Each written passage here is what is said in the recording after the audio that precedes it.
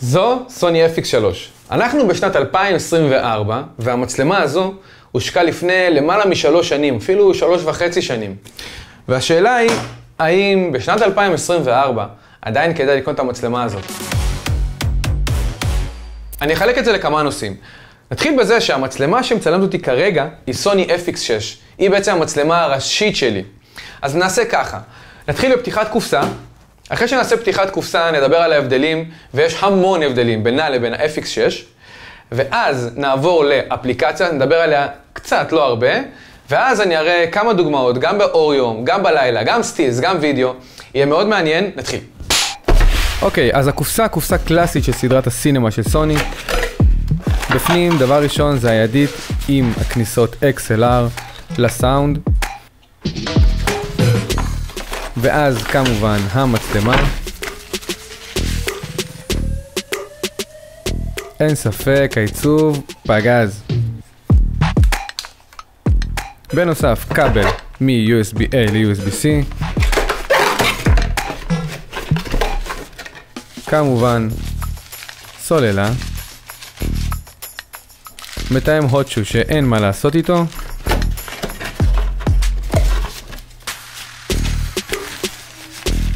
מתן. וכבל.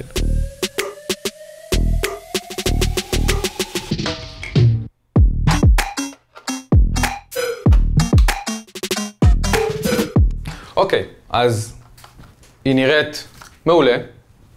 ממש מעולה. ואני חייב להגיד משהו. זה, כל הידית הזאת, אמנם זה מאוד מאוד שימושי, ואלה מאיתנו שמקליטים סאונד, יש פה כניסות XLR, אנחנו עוד רגע נדבר על זה. אבל הסיבה שאני קניתי את המצלמה הזו, זה כדי לעבוד איתה ככה. כי ככה היא שימושית, וככה היא כלי עבודה פסיכי בגודל של כף יד. עכשיו הגיע הזמן לדבר על ההבדלים בינה לבין ה-FX6. כדי לעשות את זה אני צריך להחליף את המצלמה, אז נשים שם את ה-A73 ונתחיל. עכשיו אנחנו ב-A73. רואים הבדל? מעניין. טוב, אז ככה. סוני FX3 עם הידית. לעומת, הבונגילה הזאת, סוני FX6. אז יש המון מה לדבר, ואלו שתי מצלמות מאוד מאוד שונות, עם שימושים מאוד שונים, כמה שהן חולקות את אותו חיישן, אבל אני חושב שפה זה נגמר. כאילו, ההשוואה ביניהם היא מאוד מעניינת. אז אני לא אעשה השוואה יותר מדי ארוכה, ואני לא אדבר יותר מדי על ה-FX6, כי הוידאו הזה הוא על ה-FX3, אבל בכל זאת, צריך לדבר על השינויים ועל ההבדלים. אז ככה, ה-FX6, אגב, הדבר שאני הכי שם לב אליו עכשיו, זה שב-A73, בכלל בדור הזה של המצלמות, האוטו-פוקוס, הזיהוי פנים והזיהוי עיניים, עובד רק כשהמוניטור מנותק. ברגע שמחברים את המוניטור, זה כבר לא עובד. ב-FX3 זה עובד תמיד, גם אם המוניטור מחובר. זה כבר הבדל עצום. אז ה-FX6, בסטאפ המלא שלה היא נראית ככה. בונגילה רצינית, כן. אבל העניין הוא שאני עובד איתה רוב הזמן בלי הידית, בלי הידית הזו, וגם בלי המסך. ואפילו בלי הסוללה, אבל נגיע לזה, כי בעצם כשעובדים איתה במצב ערום, כל החסרונות של המצלמה הזו באים לידי ביטוי ורואים אותם, ולי זה מאוד מאוד מפריע. אז נתחיל ככה, קודם כל היתרונות. יש למצלמה הזו ND פילטר משתנה בפנים, שזה משהו שהוא מדהים, סופר שימושי. החיסרון של זה שזה מתנגש עם פולורייזר. ברגע ששמים פולורייזר על ND פילטר משתנה, רואים צד כחול, צד אדום, זה עובד על הפנים, זה גרוע מאוד. אז זה אני לא אוהב. מצד שני, כשמביאים עדשה כזו, דוגמה, זו הלאווה 9 מילימטר. עכשיו, לעדשה הזו אין אופציה, לא לפילטר מאחורה ולא לפילטר מקדימה. ככה שפילטר משתנה, ש-ND משתנה בתוך המצלמה, סופר שימושי לדבר כזה. והאמת היא שהרבה פעמים לעבוד עם ND משתנה זה מאוד נוח, כי לא צריך להשתמש במטבוקס. יתרון נוסף שיש למצלמה הזו זה קירור אקטיבי, ולא סתם קירור אקטיבי, קירור אקטיבי מאוד מאוד מאוד גדול. היתרון של הדבר הזה זה שהמצלמה הזו לא משנה מה תעשו, היא לא מתחממת. לא משנה מה, בחוץ, בשמש, 45 מעלות בחוץ, היא לא מתחממת. וזה משהו שלי מאוד מאוד מאוד משמעותי. עכשיו, גם ל-FX3, זו המצלמה היחידה בגודל הזה שאני מכיר שיש לה גם קירור אקטיבי. יש לה פתח למטה, פתח בצד, ויש פה מאוורר, ויש לה גם קירור אקטיבי. אבל הוא הרבה יותר קטן, בגוף הרבה יותר קטן. עוד לא בחנתי את זה, צריך לבדוק, מעניין. מה שכן, במהלך השנים סבלתי המון מהתחממות, בגלל המצלמות האלה הקטנות. עכשיו, המצלמות האלה הן מעולות, זאת A7S2, שאיתי כבר 7 או 8 שנים, כבר לא משתמש בה, וה-A7 III, שמצלמת אותי כרגע, אלה מצלמות שגם שאתם מגדירים אותם על המצב הכי קיצוני של הטמפרטורה, כאילו שיעמדו בחום הכי קיצוני, ושיתריעו רק כשהן ממש חמות, עדיין מדובר במצלמות שבסופו של דבר החום משפיע עליהן והן עוצרות. עכשיו, פה זה לא קרה לי, אף פעם, ever, לא קרה. נושא הבא, חיבורים. במצלמה הזו, מעבר ל-HDMI שיש פה, יש SDI, יציאה, טיימקוד, שליטה עם שלט וכניסה לכבל מתח. אני רוצה להתרכז בשתי חיבורים, SDI והחיבור לשלט חיצוני. את המצלמה הזו אני תולה על הרכב בחוץ עם גימבל ענק, שאנחנו עוד רגע נדבר על זה, ועל בלק ארם זה סטאפ מאוד גדול, מאוד קיצוני, וזה יושב בחוץ, מחוץ לרכב, מאוד רחוק. עכשיו העניין הוא כזה, הייתי סובל המון מהתנתקויות עם האפליקציה של סוני, תכף אנחנו נדבר גם על האפליקציה הזו ב-FX3. בכל מקרה, עם ה-FX6 האפליקציה הזו היא לא עובדת טוב. יש לה המון ניתוקים, המון דיליי. לכלי עבודה מקצועי זה סיוט. עכשיו, נכון, לא כולם עושים מרדפים ולא כולם משתמשים בציוד הזה וצריכים את האפליקציה, נכון? אבל זה חיסרון ענק, והפתרון לדבר הזה זה השלט המדהים הזה של סוני. אני אנסה להתפקס רגע, בוא נראה, הופה, אוקיי? שזה זום, וכל השליטה המלאה מתבצעת דרך השלט הזה. עכשיו, את הדבר הזה אי אפשר לחבר ל-FX3. אי אפשר. אין מה לעשות. אז זה חיסרון ענק, ויתרון ענק ל-FX. שוב, לא כל אחד צריך את זה. בגלל זה אני אומר שהיתרונות והחסרונות הם מאוד תלויים בשימוש. נמשיך. SDI. מי שמכיר חיבור SDI יודע שזה חיבור מאוד אמין, כבלים מאוד זולים, ומניסיון. מעולם לא התקלקל לי כבל SDI, יש לי את המצלמה הזו 3.5 שנים, מעולם הכבל הזה לא התקלקל לי. אף פעם. לעומת זאת, ב-FX3 יש רק HDMI. עכשיו, נכון, יש HDMI גדול, שזה יתרון ענק. ענק, ממש, זה כאילו, זה קפיצת מדרגה פסיכית, לעומת המיקרו SD הנוראי הזה שהיה בכל שאר המצלמות. אבל עדיין, זה חיבור שהוא אפילו לא מתקרב לרמת האמינות של SDI. ב-FX6, ברגע שמחברים למוניטור חיצוני, אתם רואים את התמונה באיכות הכי גבוהה, כמו שאתם מחברים בעצם יציאת HDMI לכל מצלמה אחרת של סוני, ואתם עדיין רואים את כל הנתונים של המצלמה על המוניטור, באיכות הכי גבוהה, מקסימלית. לעומת זאת, כשאתם משתמשים ב-FX3, אז בניגוד לדור הקודם של סוני, דוגמה A7 III שיושבת שם על החצובה, שם ברגע שחיברתם כבל HDMI חיצוני, אז אפילו הזיהוי פנים לא עובד. פה לפחות תקנו את זה, אבל כדי לראות את כל ההגדרות כמו שצריך ולראות את הנתונים של המצלמה על המסך, אנחנו מקבלים איזושהי תמונה שהיא לא איכותית, אני לא יודע למה הם עשו את זה, אבל זה מאוד מעצבן, אז זה יתרון ענק. אם אני טועה, תתקנו אותי, אני עכשיו נותן דוגמאות לכל מה שאני אומר, אז תראו את זה, תסתכלו, ואם יש לזה איזשהו easy fix שאני לא יודע, אני גם אשמח לדעת. עכשיו נעבור להבדלים היותר משמעותיים ושלי מאוד קריטיים. במצלמה הזו, ב-FX6, אפשר לחבר מיקרופון אך ורק עם הידית הזו. אך ורק עם הידית הזו. עכשיו, אני אף פעם לא השתמשתי בידית הזאת. מעולם. היא חדשה, ואני אף פעם לא השתמשתי בה. אף פעם. אני משתמש במצלמה הזו, גם אם אני שם אותה על חצובה, ככה. עכשיו, במצב הזה אין שום אפשרות לחבר מיקרופון במצלמה הענקית, בכל הגוף הזה אין אפשרות לחבר מיקרופון. וזה חיסרון ענק. ענק, ממש. אגב, גם בידית, לפי מה שאני יודע, אין חיבור PL, יש רק חיבור XLR. אז ככה ש... כן, מצלמה מקצועית, שימושים אחרים, חיסרון ענק. FX, כמובן, חיבור למיקרופון, כמו שצריך, PL, קטן, נוח, בלי הידית המיותרת הזאת, שגם אותה אנחנו נעיף, כי אני לא משתמש בה.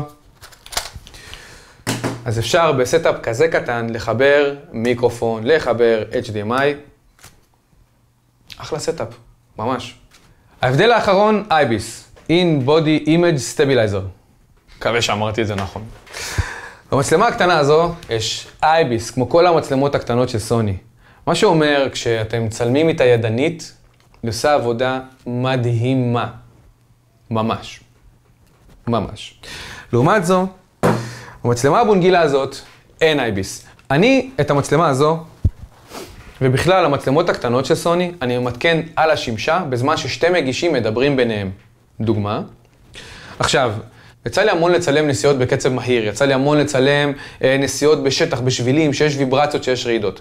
עכשיו, מי שמכיר את התופעה של הרולינג שטר, שהתמונה היא קצת מעוותת, עכשיו, מה שקורה זה שלא משנה אם נועלים את ה-IBIS, או משאירים אותו משוחרר לעבוד, או לא משנה מה, אני תמיד מקבל תמונה כזאת שהיא מעוותת בוויברציות קיצוניות. לא יודע, אולי זה רק אני, אולי זה רק אצלי, אולי זה עדשות, אני משתמש בעדשות שהן גם G וגם G Master, אז ככה שקשה לי להאמין שזה בגלל העדשות. לא יודע, זה אצלי. עכשיו, ככל שהמצלמה יותר ישנה, ככה יותר ויותר הרגשתי את זה. לצורך העניין, זו ה-S7, S2 שלי, והחיישן פה זז, חגיגה. עכשיו, יכול להיות שזה עם הגיל, יכול להיות שזה עם הזמן, יכול להיות שבגלל שהמצלמות שלי עובדות כל כך קשה, אז הדבר הזה קורה וזה מתגבר. לא יודע. שוב, סוג הדברים שתכתבו לי בתגובות, אולי זה רק אצלי, אולי יש לזה פתרון. אני סגרתי, נעלתי, ביטלתי את ה-IBIS, זה לא עוזר. במצלמה הזו, זו מצלמה מקצועית. במצלמות מקצועיות, רד, ארי ומצלמות כאלה, אין את האופציה הזאת, אין IBIS. חיסרון, אי אפשר לעבוד עם המצלמה הזאת ידנית, פשוט אי אפשר. אתם הולכים ידנית, אתם מקבלים שייק מטורף. עכשיו, לצילום סרט אקשן, זה פגז. בשאר הדברים, ממש לא. זהו, סיימתי לדבר על ה-FX6, יש עוד המון הבדלים וכל מיני בהגדרות ובתפריטים, ויש המון הבדלים, אבל אלה לדעתי העיקריים. זהו, בואו נעבור רגע חזרה ל-FX6. אוקיי, חזרנו ל-FX6. איך רואים? טוב, ככה. קודם כל, איזה כיף הזיהוי פנים שעובד עם המוניטור, חוויה. טוב, ככה. עכשיו נדבר על שליטה מרחוק. נכון, לא כולנו צריכים את זה, אבל אני חייב לציין שאפילו בהשוואה ל-FX6, האפליקציה שנקראת מוניטור קונטרול, אוקיי, עובדת פשוט מדהים עם המצלמה הזו. כמעט ואין דיליי, הקליטה יחסית מעולה, כמעט ואין לי הפרעות. אחלה, שוב, לא מתאים לכל, לא מתאים לצ'ייס קאר, לא מחליף את השלט הזה, שלפני רגע דיברנו עליו, שהשלט הזה מתחבר בחוט ל-FX6, אם לא הזכרתי את זה אז אני אגיד את זה עכשיו, מתחבר בחוט ל-FX6, וככה שמה שלא יהיה ומה שלא תעשו, שום דבר לא יכול להחליף את זה. זהו, עכשיו נעבור לאיכות צילום, גם ביום, גם בלילה, גם סטילס, בואו נדבר על זה קצת. אז אתם יכולים לראות מהדוגמאות הקטנות האלה, כמה באור יום זה הרי ברור שהמצלמה הזו מצלמת מדהים. מדהים. גם סטילס לא רע. עכשיו, זו לא מצלמת סטילס, היא לא מיועדת לסטילס, וצלמי סטילס אל תקנו את המצלמה הזו, זה די ברור. העניין הוא שיש את האופציה לסטילס, ונכון, אין את ה-viewfinder שצלמי סטילס כל כך אוהבים, אבל האמת היא שלרשתות החברתיות, פייסבוק, לאינסטגרם, טיק טוק, לא יודע, אחלה. לא הרגשתי מוגבל בשום דרך, בשום צורה, מהאיכות של התמונה. מצד שני, אם אתם מצלמים למגזינים וכאלה, ברור ש12 מגה פיקסל לא מספיק, אבל גם בזה, בסדר גמור, אחלה. בלילה, פה המצלמה הזו באמת פורחת. עכשיו, בניגוד למצלמות הקודמות, הדור הקודם של סוני, שלא היה את השתי שלבים של ISO, איזו נמוך ואיזו גבוה, אז ב-ISO, איזו שהוא כזה 3400, 4000, 5000, 8000 אפילו, אני חושב שה-A73 יותר טובה. אבל אם אתם ב-800 או ב-12600, שזה בדיוק הקפיצות של ה-ISO, אני חושב שהמצלמה הזו היא משוגעת בלילה, משוגעת.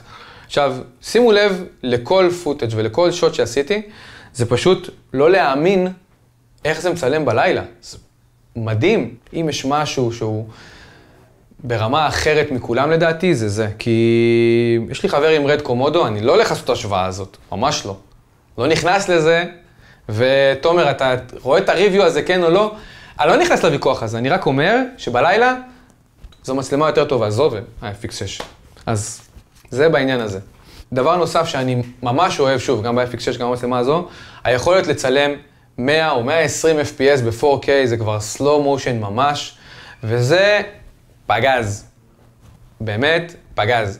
נכון, קצת מבאס שאי אפשר להקליט סאונד, עוד שבכל מקרה במהירויות האלה זה לא רלוונטי, אבל זו חוויה מדהימה וזה יתרון עצום שיש למצלמה הזו, וזה היה לי מאוד מאוד מאוד חסר. ועכשיו אני אעבור לנושא של בעצם למה אני רכשתי אותה, כי כבר יש לי FX6. אז למה רכשתי את המצלמה הזו? A7 III, זו הייתה המצלמה השנייה שלי. כשאני עובד, אני עובד עם צלם נוסף רוב הזמן, ואז בעצם ה-FX6 היא המצלמה הראשית, וה-A7 III, או כרגע מה שהולך להחליף אותה, ה-FX, זו המצלמה מהצד שמצלמת בעצם את הקלוז-אפים של הדו-שיח. בסיטואציה הזו רואים את ההבדלים העצומים שיש בין הדור החדש של סוני לדור ההוא, הישן של סוני.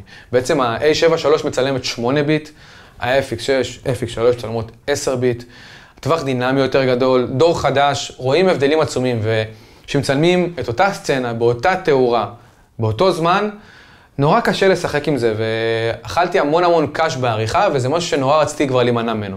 דבר שני, זה שמאוד קשה להתפקס, במצלמה הזו עם 70-200, מאוד קשה להתפקס, כמו שאמרתי, שמחברים מוניטור חיצוני, הפונקציה של הזיהוי פנים הולכת. עכשיו, ברגע שהפונקציה הזאת מפסיקה לעבוד, זה מאוד מאוד מאתגר להתפקס איתה, המון פעמים הפוקוס הולך לאיבוד ולא נוח. בדור החדש של המצלמות, כמו שאמרתי כבר, ברגע שמחברים את המוניטור, הפונקציה הזאת לא מתבטלת. נכון, ב-FX3 לא רואים את זה על המסך הגדול, אלא צריך להסתכל על המסך הקטן, אבל זה יתרון ענק. ואם כבר מדברים על המסך הקטן, אז ב-A7 III, שהם מחברים מוניטור, לא רק שהפונקציות נעלמות, אלא גם המסך מתקבע. פה המסך נשאר דלוק. עוד יתרון עצום. בקיצור, המצלמה הזו היא כמצלמת משנה לי, עם ה-FX6, מן הסתם, אותו חיישן, פונקציות נורא דומות, זה משהו שהוא יתרון עצום בשבילי. עכשיו היתרון הכי גדול של המצלמה הזו, ודיברנו עליו כל הוידאו, זה הגודל. מדובר במצלמה מאוד מאוד מאוד קטנה, סופר איכותית, מאושרת נטפליקס, שיודעת לצלם אפילו slow motion. מה עוד אפשר לבקש? באמת. עכשיו, אני אתן דוגמה. לפני שנה צילמתי סיטרואן אולי בצרפת. רציתי לנסוע עם ה-FX6, שיהיה לי כמו שצריך את האיכות הכי גבוהה שיש. עכשיו, כדי להפעיל את ה-FX6 על גימבל, כמו שצריך, אני רגיל לעבוד איתה על הגימבל הזה. אוקיי? עכשיו, לנסוע עם הגימבל הזה, ועם ה-FX6, שהיא בעצמה נורא גדולה, ולשים מוניטור, 7 אינץ', שזה בגודל כזה בערך, זה סטאפ ענק, מאוד כבד, שמאוד מאוד מגביל, בטח ובטח שאתם הולכים לעשות עבודות קטנות. אז יצא לי לצלם גם מטוס. צילמתי מטוס. אז צילמתי מטוס, ואני זוכר שרציתי לצלם עם הגימבל, ועם ה-FX ועם הכל, וזה היה סיוט, הוא היה, להסתובב עם הדבר הזה, ככה. זה ענק, זה ענק, ענק. וללכת ככה, בתוך מטוס, לא נוח. והרבה פעמים בצילומים של נדל"ן, או בצילומים של פרודקט וכאלה, של דברים יותר קטנים, אפילו שאתם נכנסים לתוך מסעדה, מצלמים מסעדה. זה סטאפ נורא גדול ונורא מגושם. עליו כמה וכמה, כמו שאמרתי מקודם, לנסוע עם זה לחול. את ה-FX3 אני יכול לקחת, אמנם אני מוותר על מוניטור, שזה משהו שאני קשה לי לוותר עליו, אבל אני מוותר על מוניטור. חבר אותה לרונין, אוקיי? ולשים עליה מיקרופון שאנחנו נדבר עליו בווידאו הבא, שזה לצורך העניין סטאפ כזה קטן. ככה. חבר את הכבל.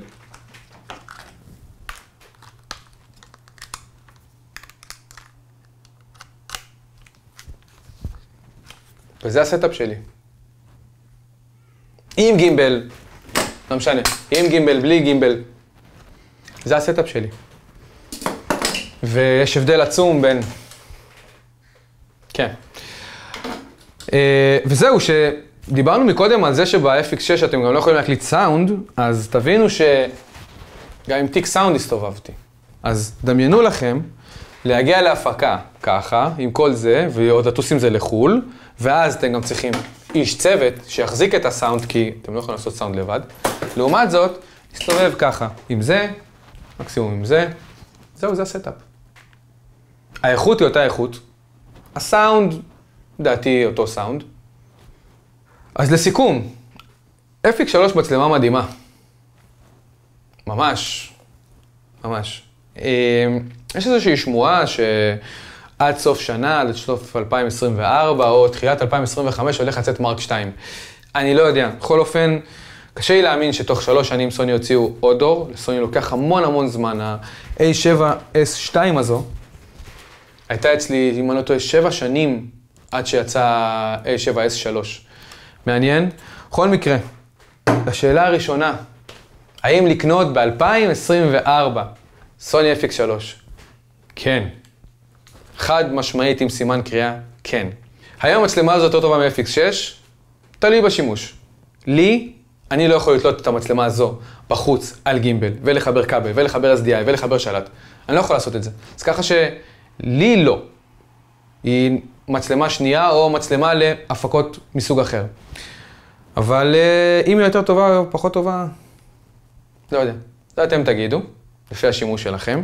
ולגבי האדיט הזאת, הייתי שמח אם סוני היו מורידים קצת מהמחיר של המצלמה, ומשאירים את האדיט הזאת כאופציה, כי אני לא יודע אם פגשתי מישהו שמשתמש עם FX3 ושם עליה את האדיט הזאת.